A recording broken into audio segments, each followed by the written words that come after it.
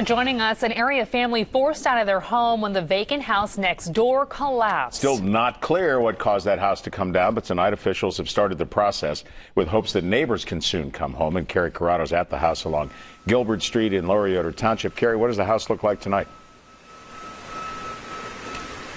Marty, Jen, it's not good. It's been like this for 2 weeks.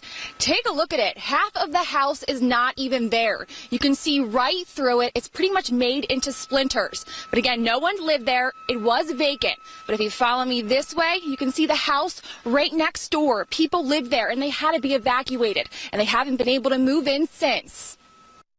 Elsie, single, and her husband lived next door to this, a partially collapsed house. Well, the whole side of the house came down, the upper floor. They were evacuated the day the walls came down. It could possibly end up on their structure, which wouldn't be a safe situation.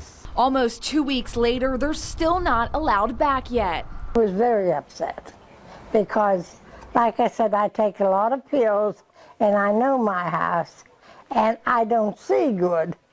So it's hard for me in somebody else's house. Mark Walker, building code official for Lower YODER Township, has an idea about how this happened. Whether there was a water leak for an extended period of time and things rotted and it collapsed upon itself.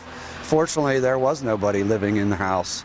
The house sat vacant for several years. You can see the belongings still inside. But the big question, who's the owner? And we immediately started looking into who owned it and attempting to contact the property owner of record.